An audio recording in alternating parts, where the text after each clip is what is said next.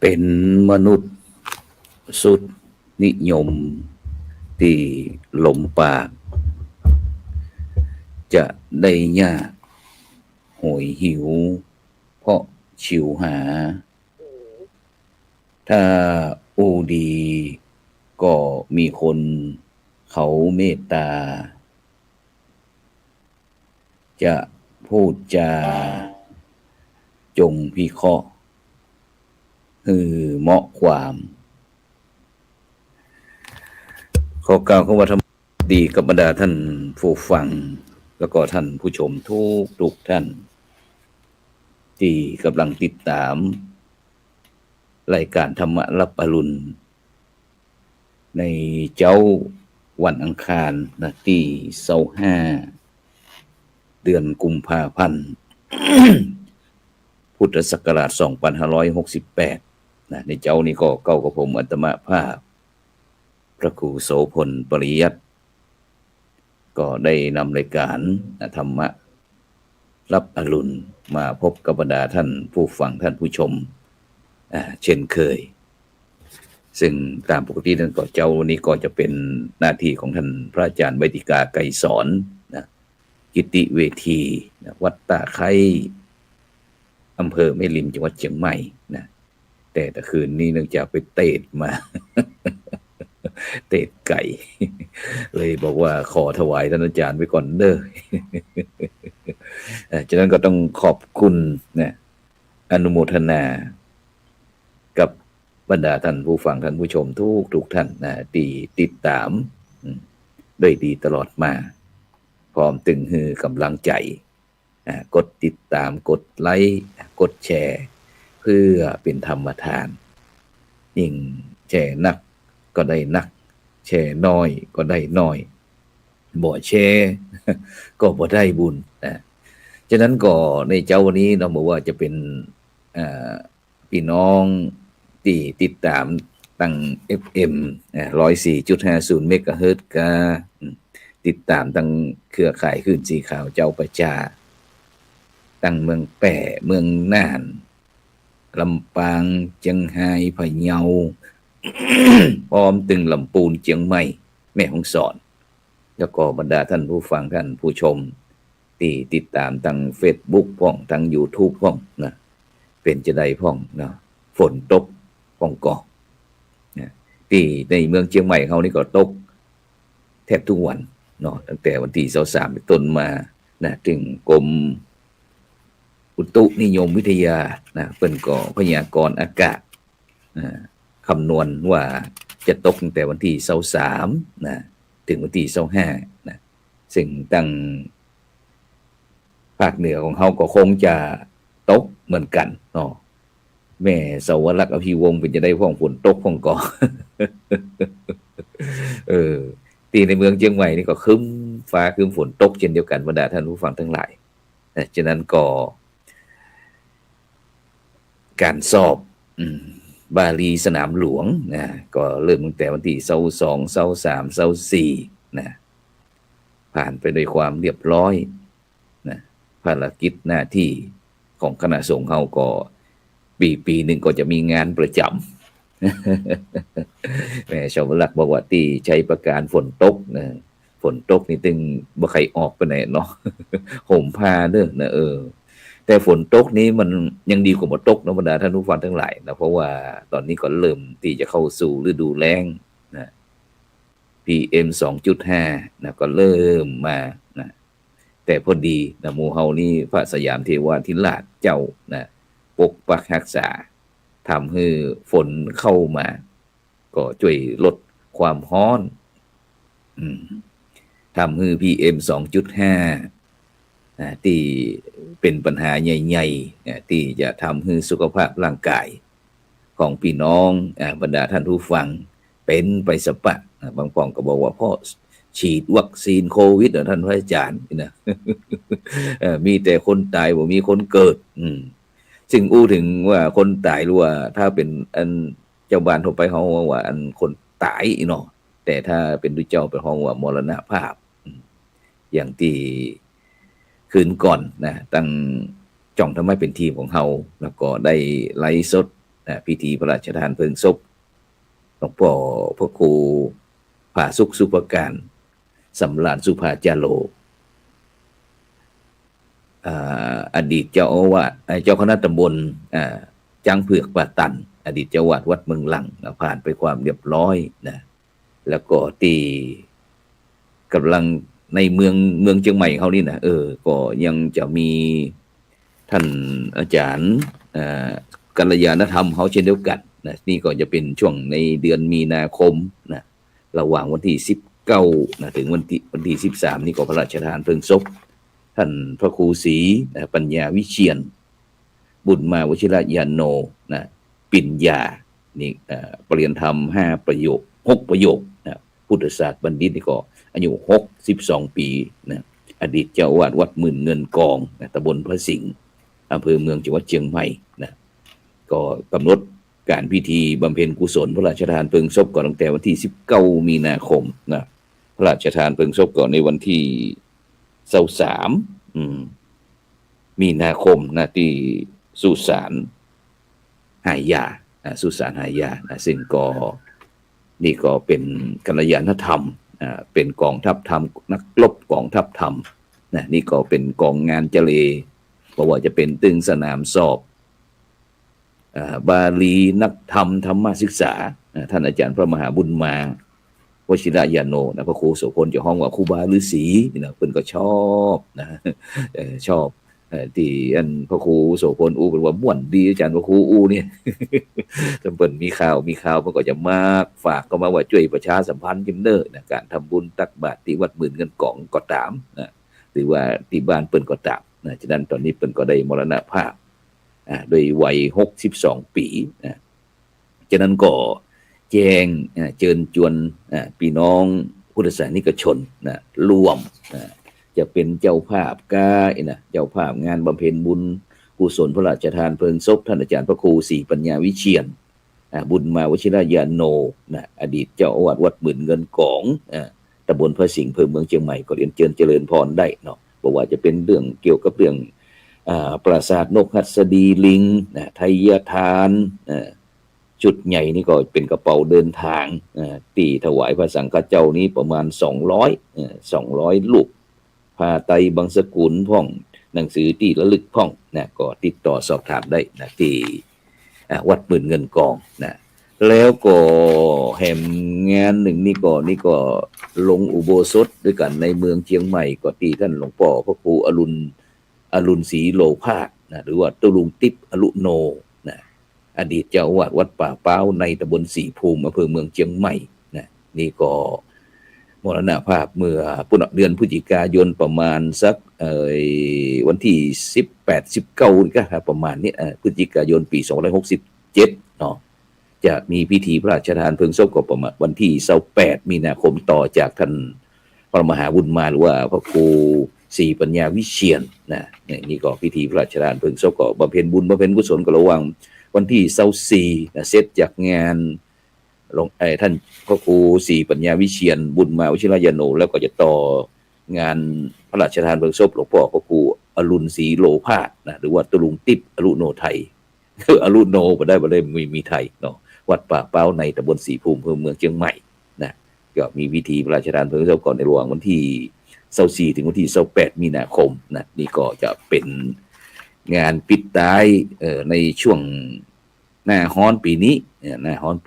นะหลังจากนั้นก็จะเข้าสู่ฤดูฝนนะนี่ก็เป็นข่าวบำเพ็ญบุญบำเพ็ญกุศลในพิธีพระราชทานเพลิงศพพระสังฆเจ้ามหาเถระในเมืองเชียงใหม่นะแจ้งให้บรรดาท่านผู้ฟังท่านผู้ชมได้รับทราบ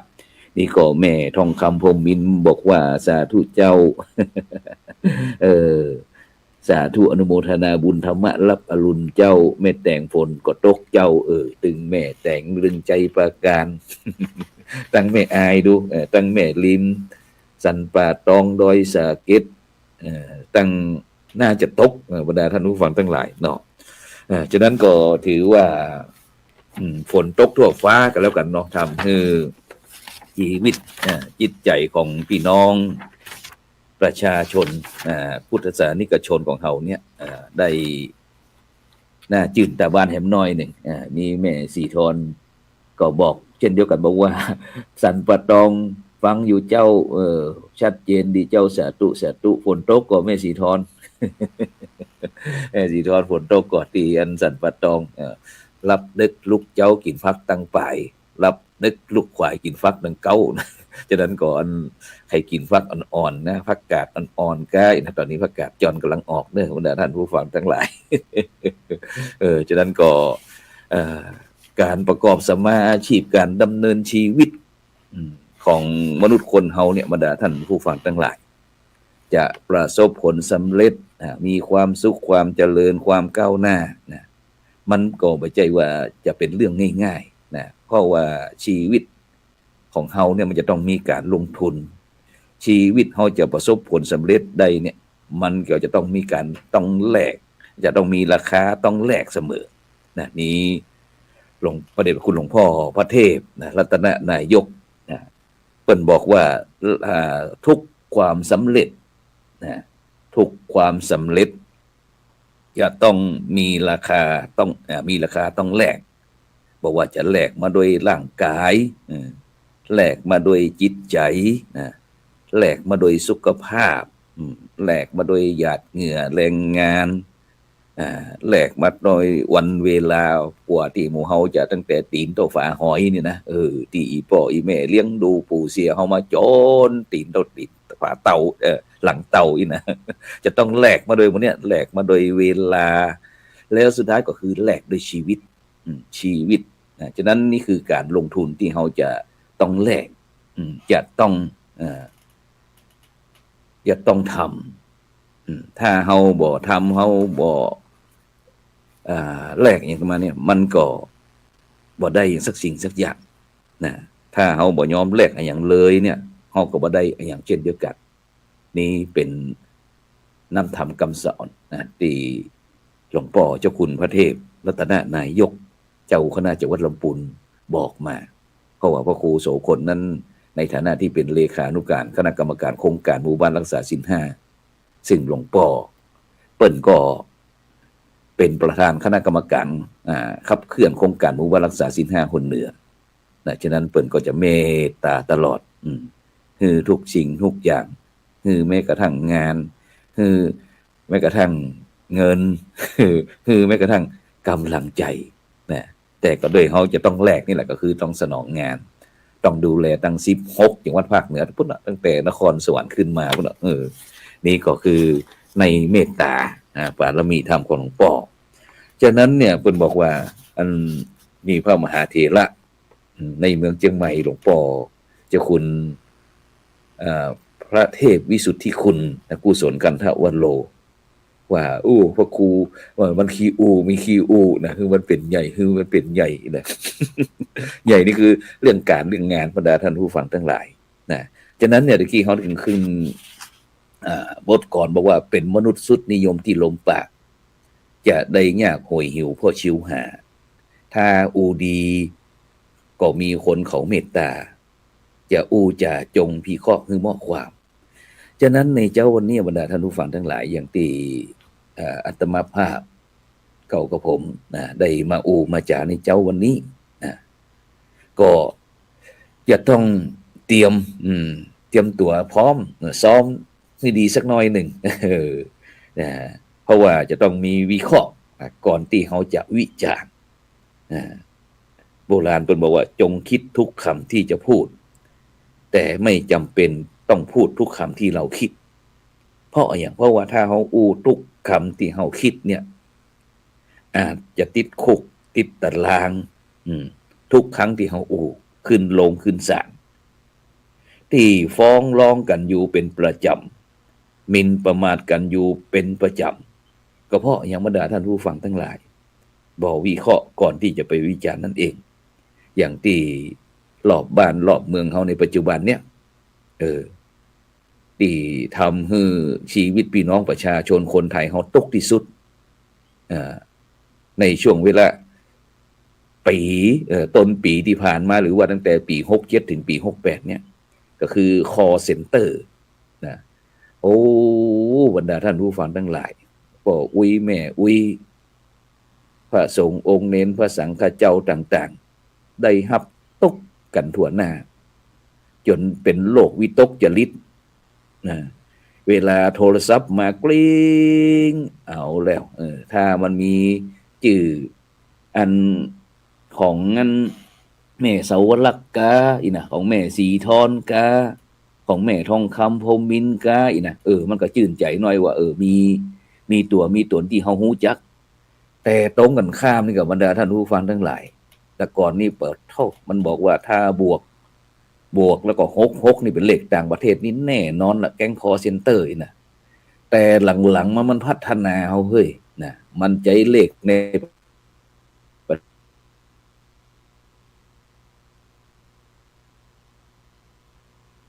เทศ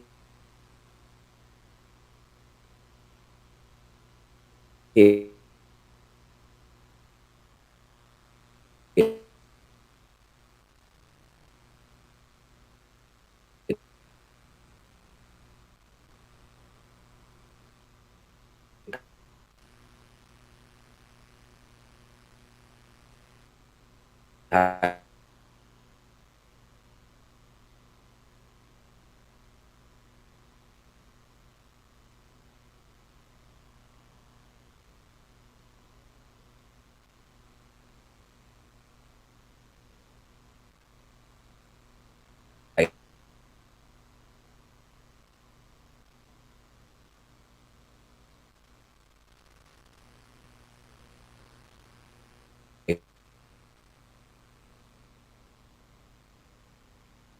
เดี๋ยวเนี่ย08โอ้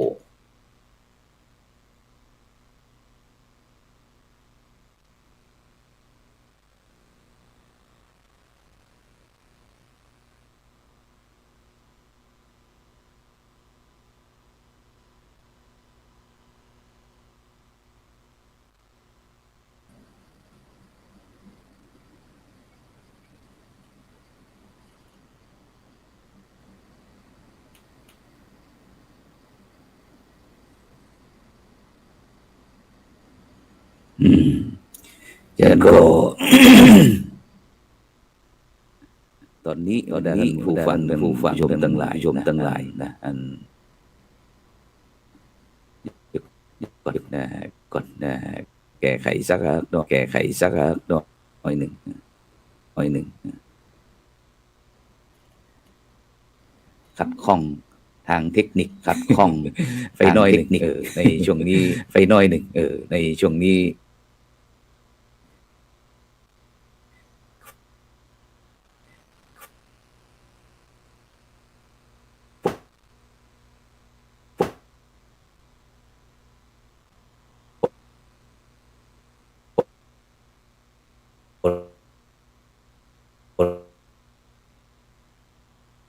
มันตกน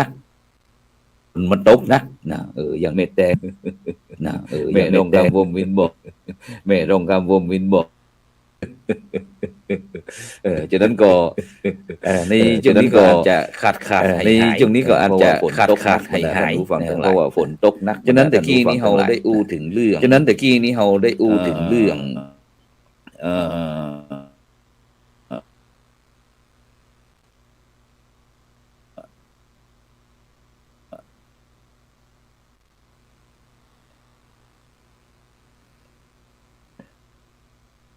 ว่าข้อจงคิดทุกว่าฉะนั้นเนี่ยบรรดาท่านผู้ฟังทั้งหล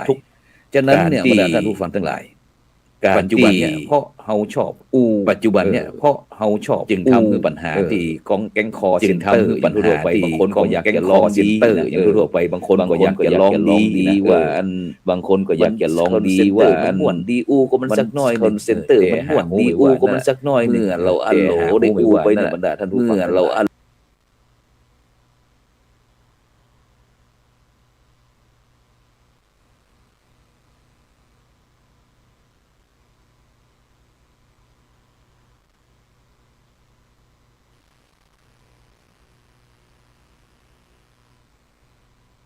ท่านผู้ฟังทั้งหลาย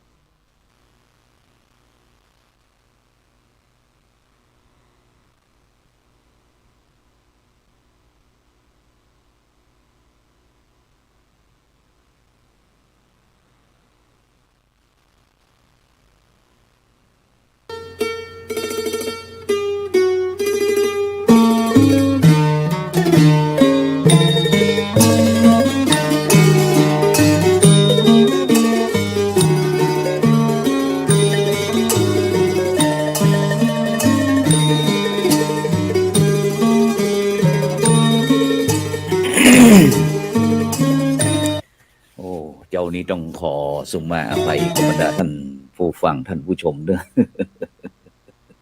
รู้สึกว่าอันสัญญาณอินเทอร์เน็ตนะขาดหายนะเนื่องจากอันเอาได้อู้ถึงเรื่องฝนตกกะคอเซ็นเตอร์กะอีนะ แต่ว่าเป็นอย่างเนาะอดทนอดกันในการดำเนินรายการนะเพราะว่า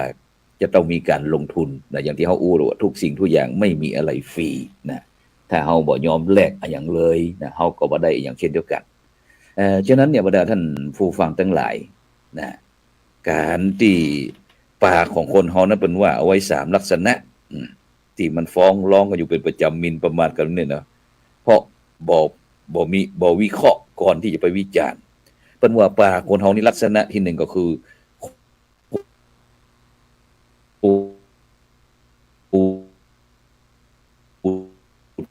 ทะพานีเกิดความเตียกแยกที่หั่นคนฮักกันก็ต้องเกลียดกันคนเป็นมิตรกันก็ต้องเป็นศัตรูกันนี่คือว่าวาจาเหมือนขวานฝ่าซากโคทะพานีส่วนลักษณะที่สองปุพพานีวาจาที่มีกลิ่นเหมือนดอกไม้อูคำสัตย์คำจริงอูแล้วตามถูกคำนองของธรรมบ่ผิดจาหีตประเพณีกฎหมายบ้านเมืองปุพพานีมีกลิ่นเหมือนดอกไม้ลักษณะที่สามมัทุละพานีวาจามีรสหวานเหมือนน้ำเพิงเดือน5อีนะปุพพานีเนี่ยหอมนะแต่มัทุละวาจาเนี่ยมีรสหวานอูแล้วเกิดความฮักใคร่กลมเกลียวกันเข้าในลักษณะอูอ่อนหวานอูประสานสามัคคีอูดีมีสาระเหล่านี้เป็นปากเสน่ห์ส่วนปากเสนียดนั้นแน่นอนละบรรดาท่านผู้ฟังทั้งหลาย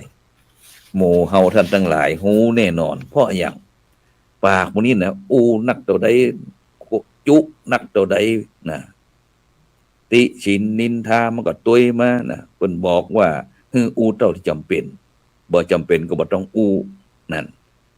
ฉะนั้นปิดปากเอาไว้บ่อูจ่าดีกว่านินทาเจ้าบ้านนะเพราะฉะนั้นเนี่ยบรรดาท่านผู้ฟังทั้งหลายยกตัวอย่างที่ตั้งรัฐบาลเพิ่นกำลังคืนความสุขให้พี่น้องประชาชนกันเนี่ยปากันปราบจัดการแก๊งคอเซ็นเตอร์ที่มันมาคอยหลอกคอยหลอนทั่วรอบประเทศไทยของเฮานะเพราะมันหันว่าประเทศไทยเขาเนี่ยเป็นโอชะเป็นอาหารที่ง่ายนะเพียงแค่บอกให้กดรหัสเด้อส่งมาเด้อนะหมู่เฮานี่ก็โอ้เป็นเจ้านายที่ซื่อสัตย์เสียเหลือเกินโอนให้เปิ้นไปนะเปิ้นบอกว่าเนี่ยถ้าลงทุนบาทนึงจะได้100,000นี่นะกดเข้าไปถ้ากดรหัสนี้เด้อนะตอนนี้เอกสารบัตรประชาชนสำเนาทะเบียนบ้านต่างๆท่านถูกเอาไปทำธุรการเด้อนี่นะบอกคือกดตรงนี้กดตรงนี้บอกว่าเป็นนายร้อยปอยเปรตพ่องผู้พันปอยเปรตพ่องนี่นะชเวโกโกพ่องโอนให้เปิ้นหมดบรรดาท่านผู้ฟังทั้งหลายนะฉะนั้นก็เนี่ยตั้งที่หมู่เฮาจิว่าเป็นชาวพุทธเป็นผู้รู้ผู้ตื่นผู้เบิกบานฮู้เต่าฮู้ตันทุกสิ่งทุกอย่างแต่โดยอำนาจของตัณหาความอยากอยากมั่งอยากมีสีอยากมีสุขก็เลยประมาทไปหน่อยหนึ่งลืมไปว่าทุกสิ่งทุกอย่างเนี่ยมันไม่มีอะไรฟรีแล้วของฟรีไม่มีในโลกเพราะฉะนั้นเนี่ยบรรดาท่านผู้ฟังทั้งหลายกับตัวกับใจกับเปลี่ยนแปลงความคิดชีวิตก็เปลี่ยนนะฉะนั้นฝนตกปีนี้มาฉลมจิตใจให้พี่น้องประชาชนคนไทยเขาแล้วนะต่อไปนี้เขากลับมาตั้งสติก่อนที่จะสตาร์ทกันใหม่ว่าชีวิตที่มันผิดพลาดทำให้เขาตกขึ้นทุกวันเนี่ยเพราะความประมาทนั่นเองนะฉะนั้นก็ในเจ้าวันนี้ก็ได้นำนานาสาระธรรมะขององค์พระสัมมาสัมพุทธเจ้าพร้อมตึงข่าวสารต่างๆนะโดยเฉพาะในเจ้าวันนี้หลังจากที่เสร็จจากรายการนี้ก็จะเดินทางไปร่วมปัจฉิมนิเทศโรงเรียนบาลีสาธิตมจร.มหาวิทยาลัยมหาจุฬาลงกรณราชวิทยาลัยเขตเชียงใหม่เสร็จแล้วก็จะไปร่วมสัมมนาที่วัดโรงเรียนดอยสะเก็ดพดุงศาสตร์อำเภอดอยสะเก็ดจังหวัดเชียงใหม่เกี่ยวกับเรื่อง เตรียมการบวชบวชสร้างสุขแล้วก็วัดปลอดบุหรี่ปลอดเหล้าอย่างต่างๆเพื่อที่จะรณรงค์คือวัดว่าอารามเฮาเป็นที่ปึ่งตั้งจิตปึ่งตั้งใจปึ่งทุกสิ่งทุกอย่างเนี่ยบรรดาท่านผู้ฟังทั้งหลายจากนั้นก็จำเป็นที่จะต้องออกเพื่อที่จะบำเพ็ญบุญญาบารมีสร้างคุณงามความดีว่าครั้งหนึ่งในชีวิตที่เกิดมาพบพระพุทธศาสนาแล้วก็ได้บวชเป็นพระสังฆเจ้าในพุทธศาสนาทำให้เต็มที่เสร็จแล้วก็ชีวิตจะเป็นจะได้ก็เป็นเรื่องที่สิ่งที่เขาทำดีเขาก็ได้ดีทำบ่ดีก็ได้บ่ดีฉะนั้นก่อนในเจ้าวันนี้ก็ขอบคุณอนุโมทนาทุกเสียงทุกสายที่ส่งข้อความมานะแล้วก็ส่งกำลังใจมาเป็นอย่างดียิ่งนะต้องขอบคุณอนุโมทนาสำหรับในเจ้านี้ก็ขอนำรายการธรรมะรับพลุนจากบรรดาท่านผู้ฟังไปก่อนเนอะนะแล้วก็มีโอกาสเขาก็จะพบกันใหม่สำหรับในเจ้าวันนี้ก็ขอกล่าวคำว่า